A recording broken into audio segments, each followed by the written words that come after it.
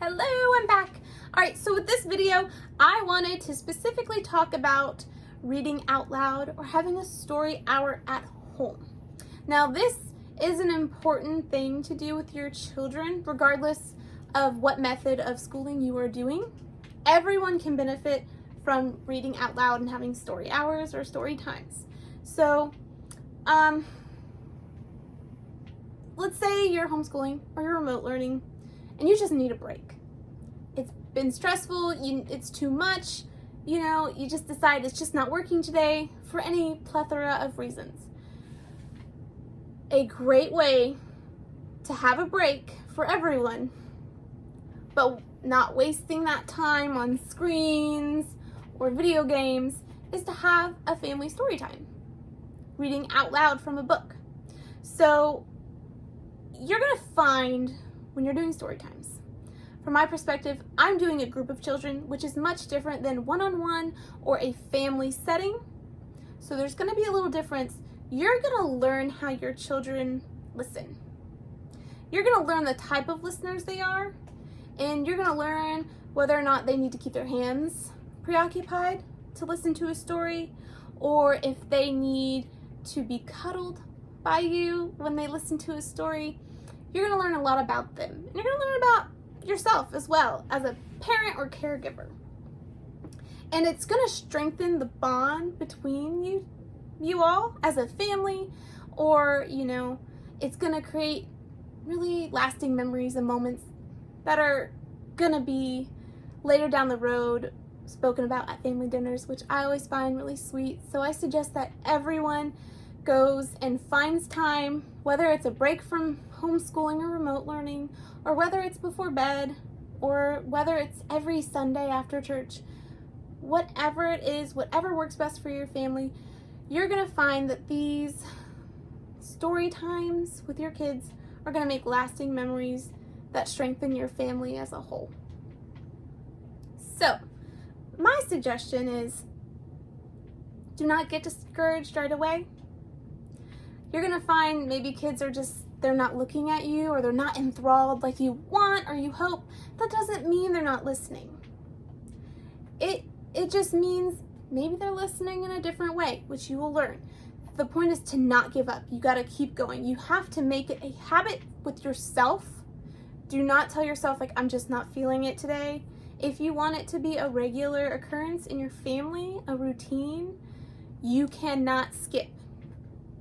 Once you do it so many times, it's just gonna be natural, and it's gonna be natural for your kids. It's just gonna be a point of life that's like brushing your teeth. You don't forget it. You have to do it every day. And on top of that, there's a lot more educational benefits than you might think. So I'm gonna talk about those. The biggest one that I find with reading out loud is vocabulary building, as well as speech development.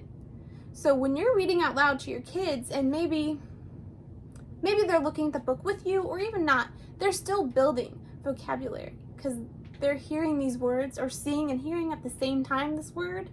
They're learning new ones, and they're learning how to pronounce those.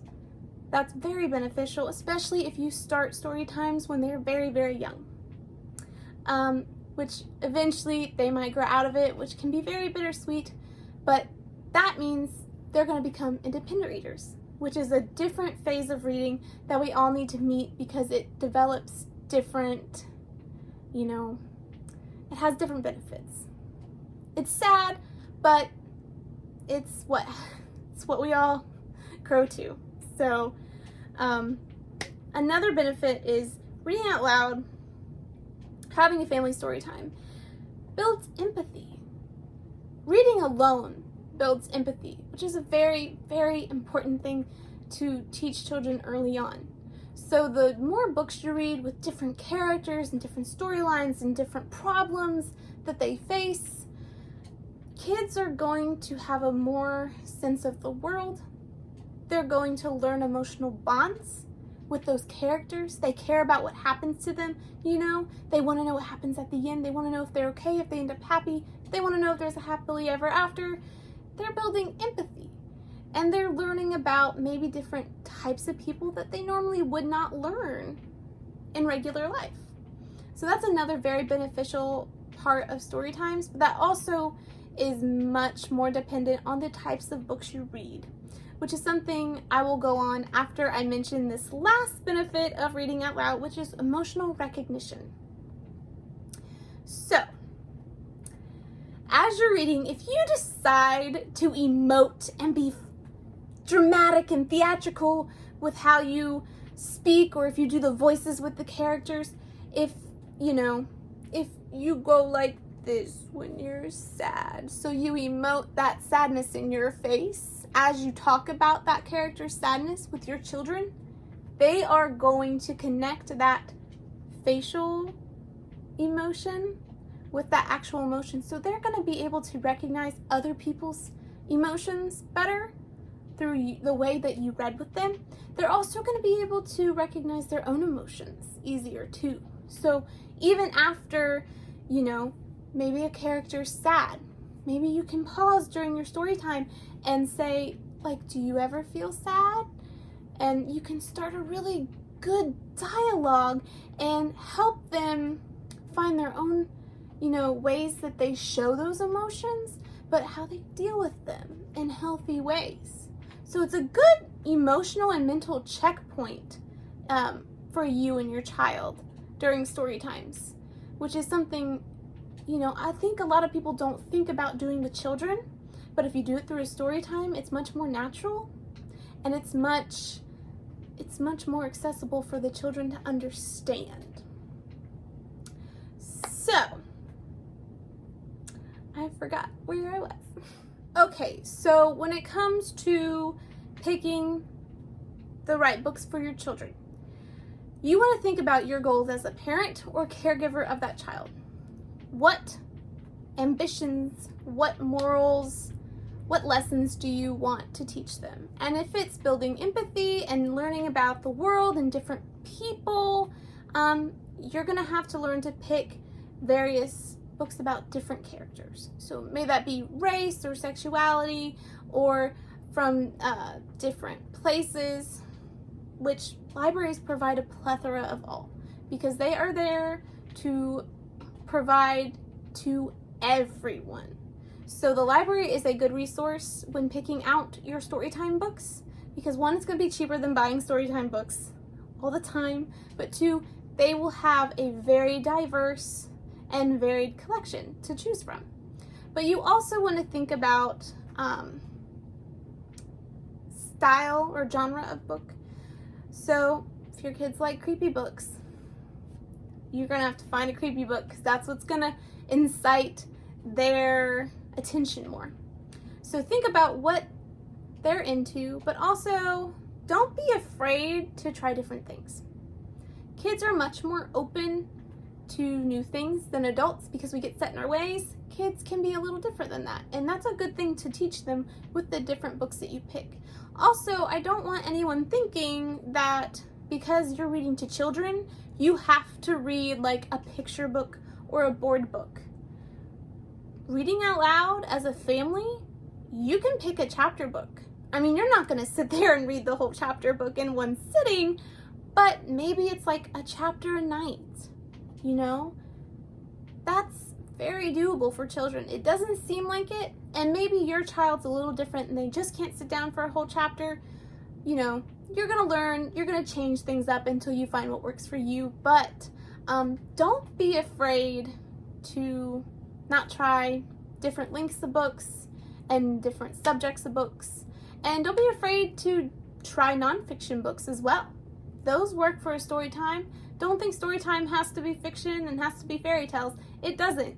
It can be any book that just you sit down and you take the time and you read out loud.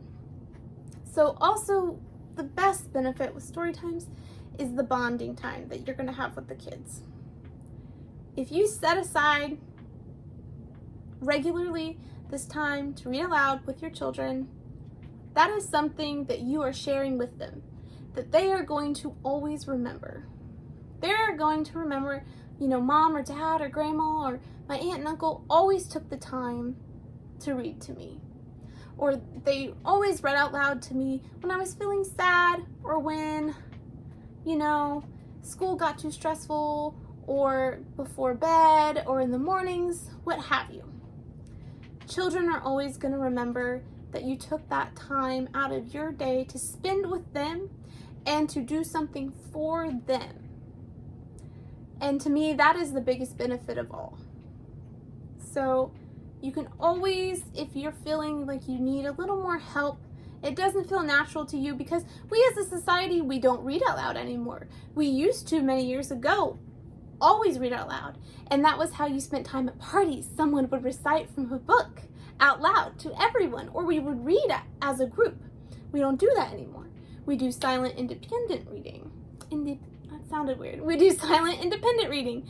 So this is going to be something that's kind of a learning curve for most people, but it's becomes very natural very soon. You just have to stick with it. But if you're still finding it hard, you can always ask your local librarian, especially those that do facilitate story times, you know, what do you do to make it more lively or help them stay at attention with it? Ask them for help. They are there to help you no matter what. They will have the best tips and tricks. And if you want those from me, I can give those to you too. Just let me know down below in the comments. But I also have some books that I read to help me learn more about reading out loud and helping kids pay attention, as well as become readers themselves, because that is the ultimate goal. You want your child to build a love of reading. And books that I found very helpful were The Enchanted Hour by Megan Cox Gordon. It's more so about the family story time. So as a librarian, I couldn't really access everything in my own job, but it was really wonderful to read about all the benefits. And this book really reinstilled why I do story times and why I put so much effort into them. This is a really great resource for reading out loud specifically. But there's also another book, and it's How to Raise a Reader. And it's by Pamela Paul and Maria Russo. I got these both from my library. So they were free. And they were quick reads. They were very informative, very helpful. And I highly recommend, if you're going to start doing family story times or reading out loud, or you really want to learn the best ways to build a love for reading in your child and make them eventually that strong, independent reader, these books are really great resources for you to get from your local library, or for you to buy if that's what you prefer. So don't miss those. I hope you all have a wonderful time reading out loud. It really is a magical time. I highly recommend it for as long as your kids want you to. Even when they're teenagers and they think you're uncool, you know, still try it, because nostalgia is a very powerful factor. And, you know, as long as there's positive association, it's well worth your time. All right, so I'll be back with more tips and tricks if you want later on. Bye.